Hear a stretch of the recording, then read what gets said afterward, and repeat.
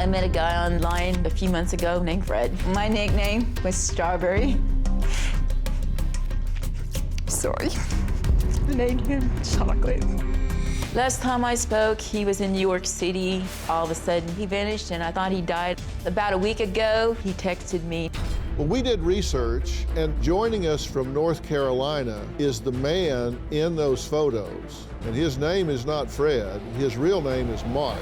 Have you been talking to her? I'm sorry to say it's not me. Somebody in Nigeria stole his picture and used it. Mark, have you been to Africa? No, sir. That's interesting. Do you believe that you're being scammed? Maybe with Fred. Can we cross Fred off the list? Yes. For 100% sure. Yes. Last year, Fred was doing a road and bridge construction in Africa.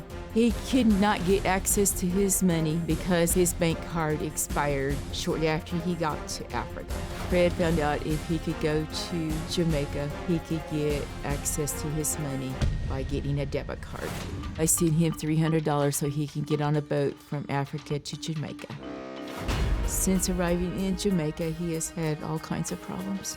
Currently, Fred is stuck in Jamaica because of gangsters at the border. But Jamaica is an island. He was living on the street and somebody put a gun to his head and he was robbed. These are some of the photos that I got from Fred after I purchased a phone for him in Jamaica. When I look at the photos, I see stress in Fred's eyes.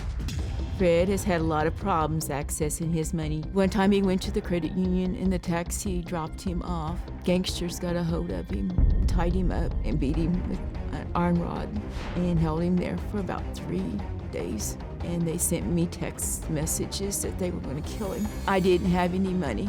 All I did was pray and sent the gangsters scripture verses from the Bible. Another time, customs stopped him because of his ID not being legal. They held him in a holding cell. It was for about 2 months, and I had to get him a lawyer to get him out. Around Valentine's Day, he was planning on coming home. He was on his way to the airport, and he was ambushed, and they stole his debit card, his money, and his food. The gangsters took $100,000 from him. They spent it on jewelry. I was upset too because he was excited about coming home and going to a Valentine's dinner with me. Now he's living in Kingston, Jamaica, near a grocery store on the street. I have kept Fred alive for the past 2 years. I have probably sent Fred $10,000 to help him. I send money to Fred through cryptocurrency. The closest crypto machine is about 3 hours from my house. At this point, I am desperate to get Fred home. That is why I contacted Dr. Phil again. I don't know what to do. Well, please welcome Lois. And also joining us virtually is Lois's daughter, the very frustrated Candace. Candace, how you doing? I'm doing all right. How are you? I'm okay. You have steam coming out of your ears. We can see it on the video. Lois, it's good to see you again, by the way. Thank you, Dr. Phil. I'm here to save Fred's life. I'm in desperate need, and I really need to save his life. Yeah. And he's my fiancé.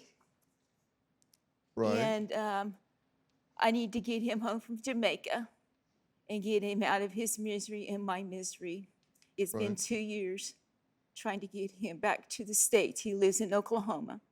Yeah. And I need your help. Do you have a story or a question for me? Click the link in the description and tell me what in the world is going on.